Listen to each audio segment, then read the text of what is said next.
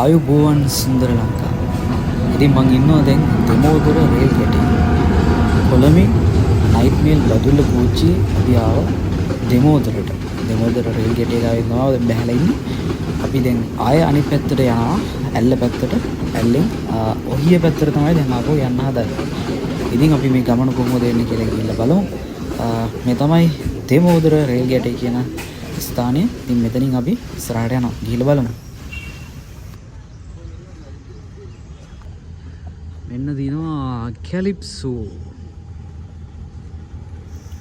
මුළු ලෝකයක්ම හඳුනන කැලිප්සෝ ට්‍රේන් එක තමයි මේ. එනන් සංචාරකයෝ මේ දවස්වලත් ඉන්නවා කීප දෙනෙක්. ඉතින් අපි දැන් යනවා ඇල්ල පැත්තට. ඇල්ල පහු කරගෙන ඊට පස්සේ යන්නේ ඔහිය පැත්තට.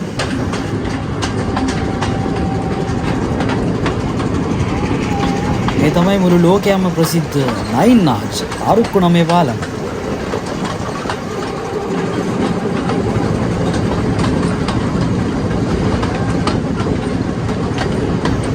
සංචාරකයන්ගේ ගොඩක් ආසම තැනක් තමයි මේ ඔහිය රේල්වේ ස්ටේෂන් එක. ඉතින් අපි දැන් මේ ඉන්නේ ඔහිය රේල්වේ ස්ටේෂන් එකේ. අපි මෙතනින් එහාට හෝටන් ටැන්න පැත්තට යන්න ඕනේ. මෙතනින් එහාට යන්න අපිට වාහනයක් හොයාගන්න ඕනේ. ට්‍රැවල් එකක් හරි වෙන වාහනයක් හරි අපි හොයාගන්න ඕනේ. ඉතින් අපි ගිහිල්ලා බලමු. මෙතනින් එහාට වෙන වාහනයක තමයි යන්න ඕනේ.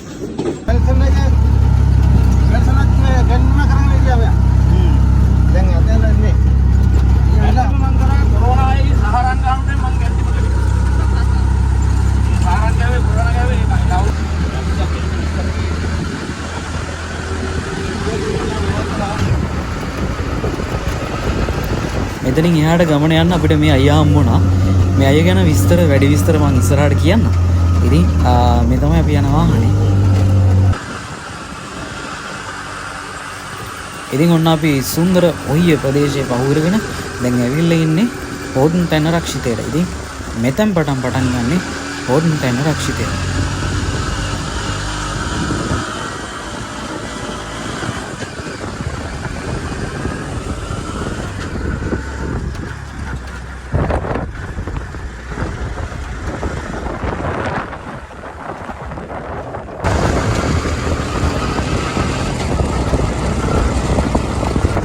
කොළපාට කැලියස්සෙන් ඔය රෝස පාටට වෙන්නේ අවුරුදු 12කට සැරයක් කියන නෙළුම.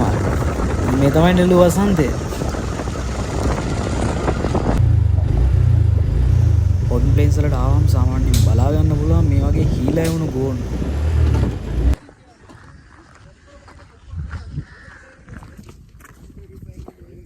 අපි දැන් ඉන්නේ හෝටන් ප්ලේන්ස්. ඉතින් මේ තමයි සුන්දර ලංකා අලුත් සගය. හඳුනා ගන්න අපි ඉතින් අපි ගිහිල්ලා බලමු නෙළුව වසන්තේ කොහොමද කියලා. සීතල ජල පෝෂිත මෙන්න මේ විදිහට තියෙනවා. ඉතින් මේ ජල පාරවල් තමයි පල්ලෙහාට යනකොට ලොකු වැල පාරවල් විදිහට හැදෙන්නේ.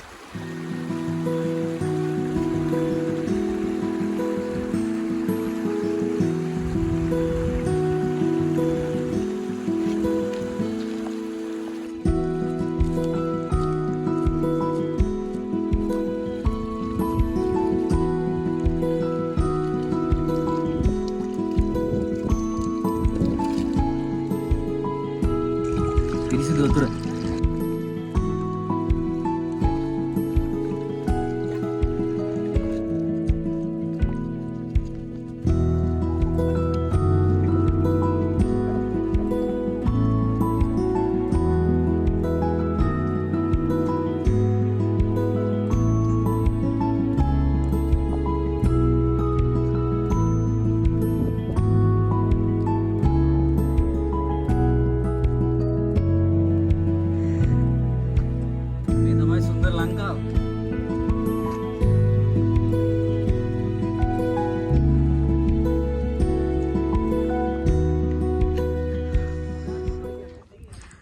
තියෙනවා ඉස්සරහා මැප් එක අපි බලමු.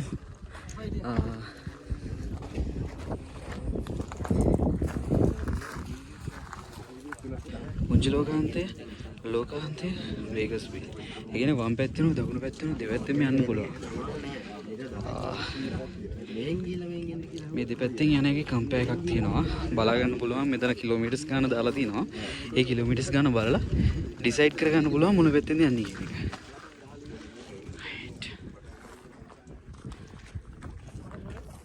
ඉතින් එතන තිබ්බ පාරවල් දෙකෙන් අපි චූස් කරගත්ත වම් පැත්තෙන් යන්න. වම් පැත්තෙන් ගියොත් ඔක්කොම ටික කව කරගෙන එන්න පුළුවන්. වම් පැත්තට හැරිලා ගියොත් තැන්නෙන් ගිහිල්ලා එන්න තියෙන්නේ. අර ඇඟට එච්චර ලොකු අමාරුවක් නැතුව මේ හයික් එක කරලා එන්න පුළුවන්. අපි මේ පැත්තෙන් ගිහිල්ලා බලමු. සම්පූර්ණයෙන් කිලෝමීටර් 11යි 11 ගණක් තියනවා කියලා තමයි කිව්වේ. අපි ගිහිල්ලා බලමු.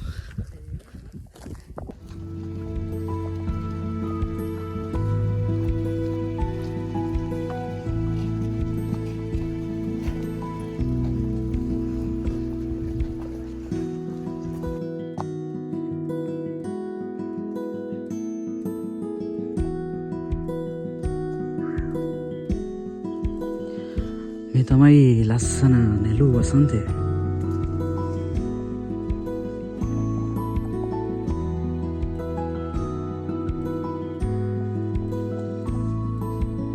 ඉතින් මේ තියෙන්නේ සුදු පාට නෙළුව.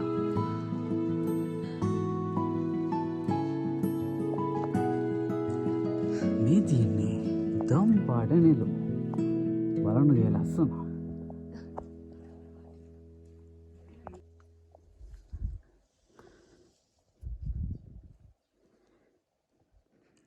මේක නිල් පාට වගේ දම් පාටක් තියෙන්නේ. ඔන්න අපිට දැනට 3ක් හම්බුණා.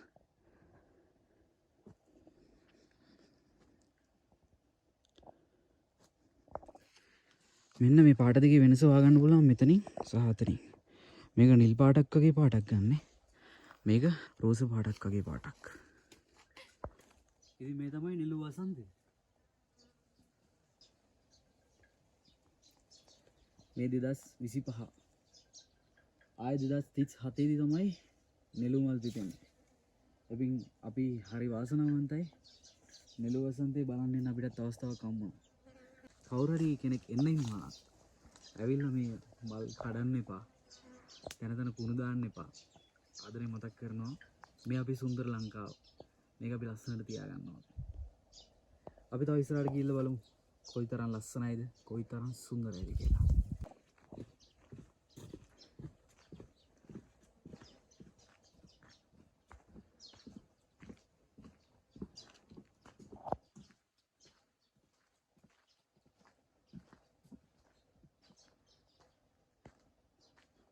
පාට නෙළුව තියෙනවා.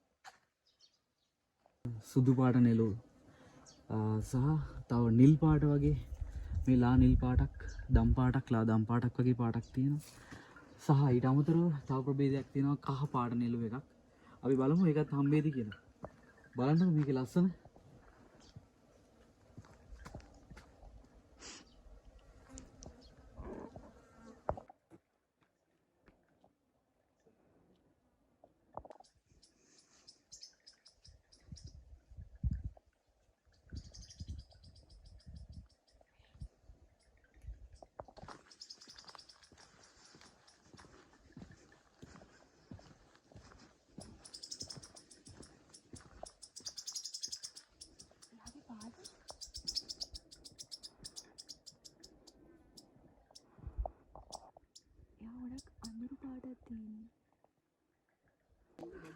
ඉතින් ඔන්න අපි පුංචි ලෝකාන්තයට ආවා. බලන්න view එක කඳු පන්ති වට වෙලා තියෙන්නේ. මේක නම් පිස්සු අක්කා.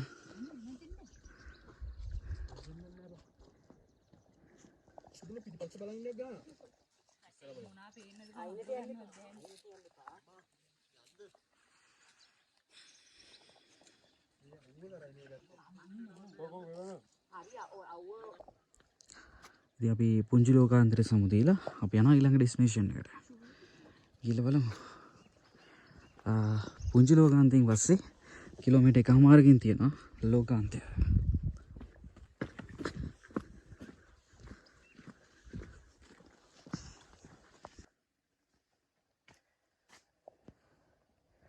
නෙළුව යායක්.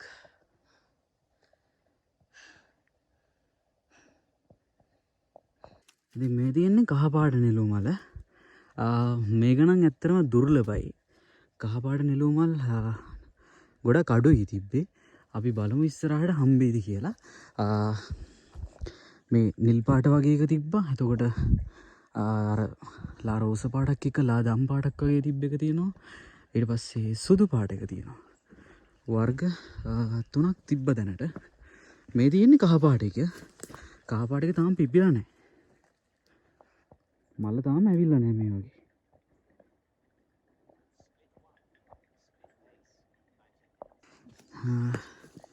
මේ තියෙන්නේ මෙන්න මල.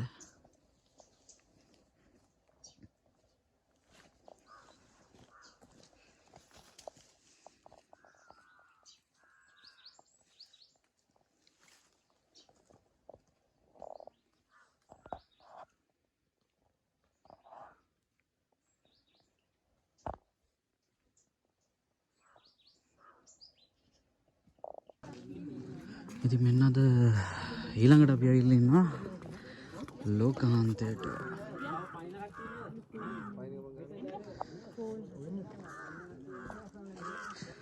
කඳු ගොඩක් මීදුමින් වැහිලා තියෙන මේ පැත්තෙන්. මාරම ලස්සන view එකක් තියෙන්නේ. මේක කැම් එකට ගන්න බෑ මේ view එක.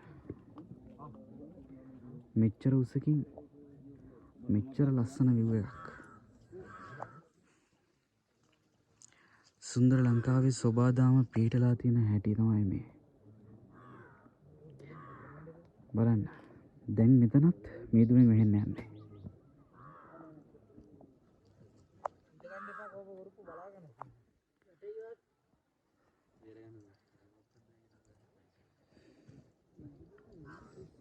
තව තප්පර කිහිපයකින් මේ හැමදේම වෙහිලා යනවා. බලාගෙන ඉන්න. අර පැත්තේ තිබුණ කඳු පන්ති දැන් පේන්නේ නැහැ.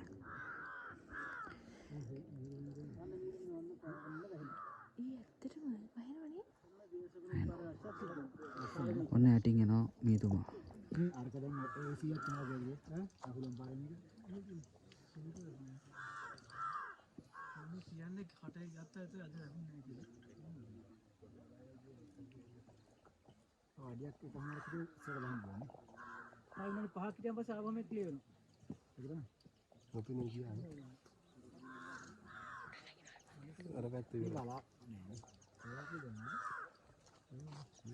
ඉතින් මෙන්න මේ පැත්ත වැහිලාම ගියා.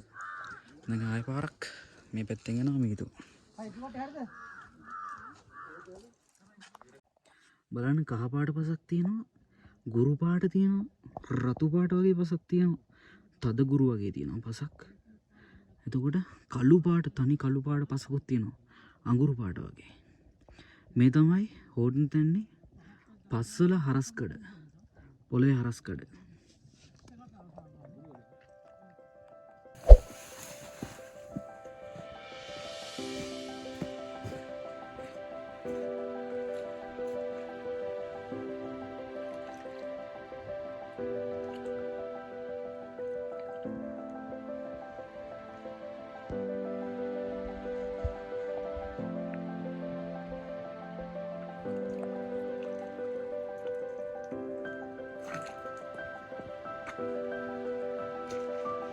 පාසයට නියම වතුර.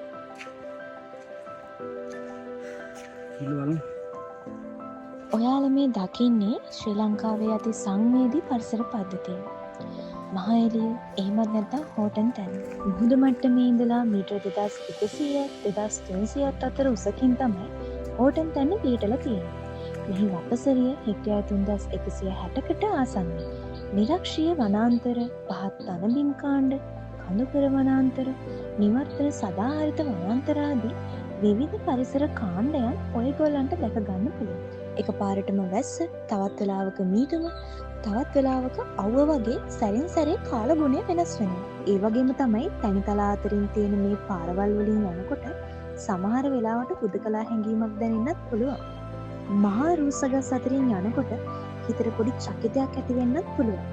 හෝටන් තැන්න කියන්නේ කුඩා කුරුල්ලෝගෙද සර්පයන්ගෙද රජ දහනක් වෙනවා. හෝටන් ප්ලේස් වල මේ ට්‍රේල් එක ගිහින් එන්න කෙනෙකුට පැය 3ක් 4ක් වගේ කාලයක් යනවා. හෝටන් තැන්නේ ගෝන්නු කියන්නේ ගොඩක් බලාගන්න පුළන් සත්තු වර්ගය. ඒ වගේම තමයි කලාතුරකින් දිවිය බලාගන්නත් පුළුවන්. එහෙම දිවියෙක් දකින්න නම් ඇත්තටම ඔයා වාසනාවන්ත වෙන්න ඕන. විවිධ වර්ගවලට අයිති වෙන පක්ෂ විශේෂ වගේම ලේන්නු, මුගටි, වලස්සු, වඳුරන්, දියබල්ලන් වගේ ශීරපායි සතුන් හැම වෙලේම ඇසට ගැටෙන සතුන් කිහිපයක් වෙනවා. ඉතින් හෝටන් තැන්නේ සැඟවිච්ච අඳුරු කතාවක් තියෙනවා. ඒ තමයි ඉස්සර කාලෙදී හෝටන් තැන්නේදී වනාලින් බලාගන්න පුළුවන්කමක් තිබිලා තියෙනවා. ඒ වගේම තමයි දැන් මේ වන විට වනාලින් හෝටන් තැන්නේ වඳ වෙලා ගිහිල්ලා තියෙනවා. ඒකට හේතුව තමයි අතීතයේ ජීවත් වූ කපිතාන් විලියම් රෝජර්ස් යන ආණ්ඩුකාරවරයාගේ හිතුවක්කාර අලි දඩයම හින්දා මේ අලි වඳ වෙන්න හේතුවක් වෙලා තියෙනවා කියලා තමයි සඳහන් වෙන්නේ. ඉතින් හෝටන් තැන්න දැකීමට හැකි වූ අලි තරමක් කුරු බවටද තොරතුරු වාර්තා වෙලා තියෙනවා. මේ ඉන්නේ ශ්‍රී ලංකාවට ආවේනික වෙච්ච තවත් මයින් විශේෂයක්. මේ තමයි ශ්‍රී ලංකාවේ කළුවඳුර. සාමාන්‍යයෙන් අපිට මේ වගේ අයවත් දැක ගන්න පුළුවන් වෙන්නේ තෙත් කලාපීය වනාන්තරවල.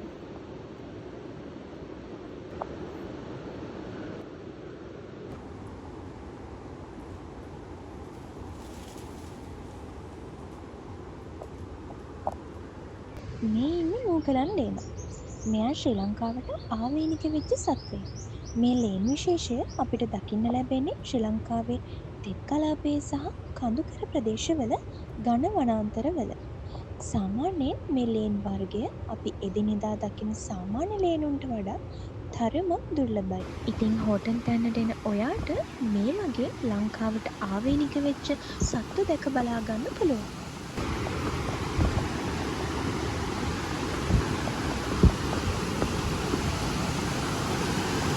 Wow.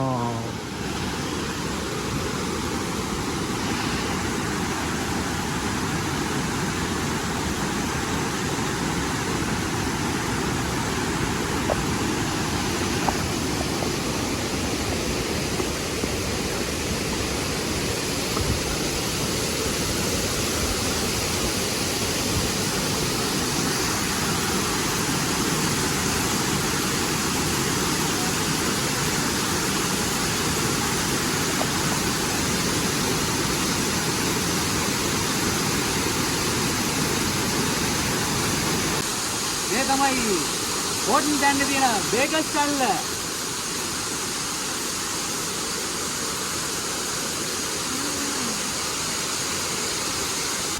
ඉතින් අපි හෝටන් තැන්නට සමුදෙන්න යන්නේ. අපි කියන්නම් කතාව කොහොමද වෙන්නේ කියලා. අයිය කෙනෙක් ඉන්නවා අපි එක්ක යන්න ආවා. අපි කියන්නම් කොහොමද කියලා. ඉතින් අපි හෝටන් තැන්නට සමුදෙනවා. අපි කඩේකට යනවා දැන්. මේ අයියගේ ගෙදරට. ඔයාලට ඒ ගැන විස්තර කියන්නම් එතනට ගිහිල්ලා. එහෙනම් ජයවා. සුන්දර ලංකා සබ්ස්ක්‍රයිබ් කරලා නැත්නම් දැන්ම සබ්ස්ක්‍රයිබ් කරන්න. මේ තමයි සුන්දර ලංකා.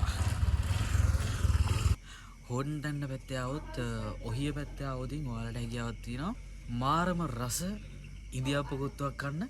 ඔහිය ස්ටේෂන් එකේ ඉස්සරහම තියෙන කඩයක්. ඒ අයත් එක්ක තමයි අපි අද ගමන ගියෙත්. ඒ අය තමයි අපි එක්කගෙන ගියෙත්.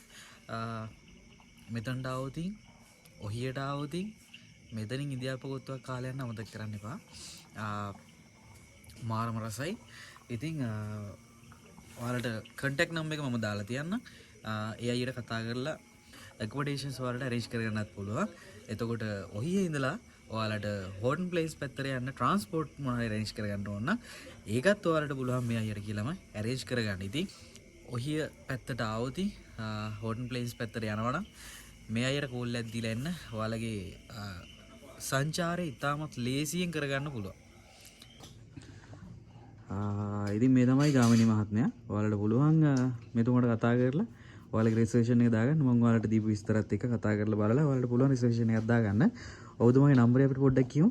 077යි 077යි 89 89 066 ඔය නම්බරයට කතා කරලා ඔයාලට පුළුවන් රූම් එකක් බුක් කරගන්න. ඒ වගේම මොකක් හරි රිසර්වේෂන් එකක් දාගන්න. ඒ වගේම ඔයාලට ට්‍රාන්ස්පෝර්ටේෂන් මොනවා හරි අරේන්ජ් කරගන්න ඕන දෙයක් කරගන්න පුළුවන්. මෙතුමට කතා කරලා කෑම ඕඩරයක් වුණත් කරගන්න පුළුවන්. එහෙනම් බොහොම ස්තුතියි.